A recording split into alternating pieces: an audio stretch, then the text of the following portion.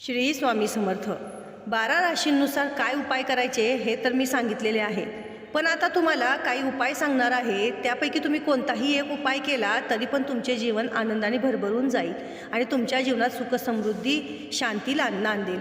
होळीच्या दिवशी काय उपाय करायचे, भाग्योदयासह तुमच्या मनोकामनाही पूर्ण होतील, हे मी आज तुम्हाला या व्हिडिओमध्ये सांगणार आहे। पण त्यापूर्वी तुम्ही जर माझ्या चॅनलला अजूनही सबस्क्राईब केलं नसेल तर तुम्ही माझ्या चॅनलला सबस्क्राईब करा। रविवार 24 मार्च रोजी होळी असून रात्री होलिका दहन केलं जातं। ही रात्र अत्यंत चमत्कारिक असते असं म्हणतात। तंत्रशास्त्रानुसार होलिका दहनाच्या रात्री करण्यासाठी काही उपाय सांगितलेले आहेत। या उपायांचा उपयोग केल्यास तुमचे भाग्य चमकून सर्व समस्या दूर होतील। चला तर मग जाणून घेऊया होलिका दहनाच्या रात्री कोणते उपाय करायला हवेत। होलिका दहनाच्या वेळी विड्याची 7 पाने घ्या। त्यानंतर होळीच्या 7 परिक्रमा करा। प्रत्येक परिक्रमेत एक पान होळीच्या अग्नीत टाका। अशा प्रकारे 7 पाने होलिका दहनात जाळा। असे केल्याने कुटुंबात सुखशांती येईल आणि कुटुंबातील सर्व सदस्यांची उन्नती होईल। हा आहे पहिला उपाय। आता दुसरा उपाय पाहूया। या उपायाने नकारात्मक शक्ती दूर होतील।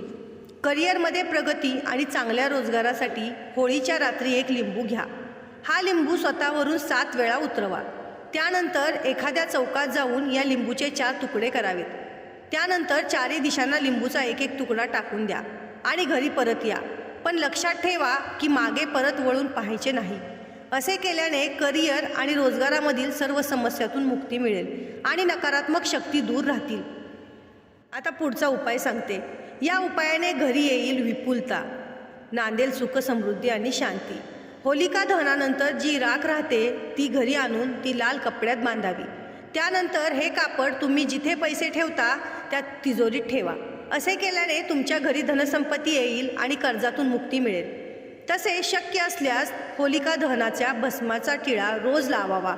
असे केल्याने ग्रहबाधा प्रेतबाधा दूर होतात असे सांगितले जाते। मनामधली जी भीती चिंता आहे ती निघून जाते। त्यामुळे होलिका दहनाच्या राखेला खूप महत्त्व आहे। याविषयी मी आपला व्हिडिओ तयार केलेला आहे। त्या व्हिडिओमध्ये तुम्ही सर्व माहिती सविस्तर पाहावी। आता पुढचा उपाय आहे। या उपायाने लक्ष्मी होईल प्रसन्न। काय आहे तो उपाय? फाल्गुन पौर्णिमेच्या रात्री होलिका दहनाचा पर्व असतो आणि पौर्णिमेचा संबंध माता लक्ष्मीशी आहे। त्यामुळे होलिका दहनाच्या वेळी लक्ष्मीची ध्यानधारणा करावी आणि श्री सूक्ताचे पठण करावे आणि साखरेची आहुती द्यावी।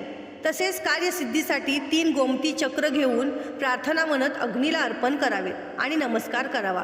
असे केल्याने लक्ष्मीची कृपा प्राप्त होईल आणि तुमची आर्थिक स्थिती मजबूत होण्यास मदत होईल। पुढचा उपाय आरोग्य प्राप्तीसाठी आहे। कुटुंबातील कोणी सदस्य एखाद्या आजाराने त्रस्त असेल तर होलिका दहनाच्या रात्री एक विड्याचे पान, एक गुलाबाचे फूल आणि काही बताशे घ्या। त्यानंतर आजारी व्यक्तीवरून 31 वेळा ते उतरून घ्यावेत। त्यानंतर ही सामग्री एका चौकात नेऊन ठेवावी। मागे वळून न पाहता परत यावे। असे केल्याने आरोग्य प्राप्ती होईल आणि प्रकृती चांगली राहील असे म्हटले जाते।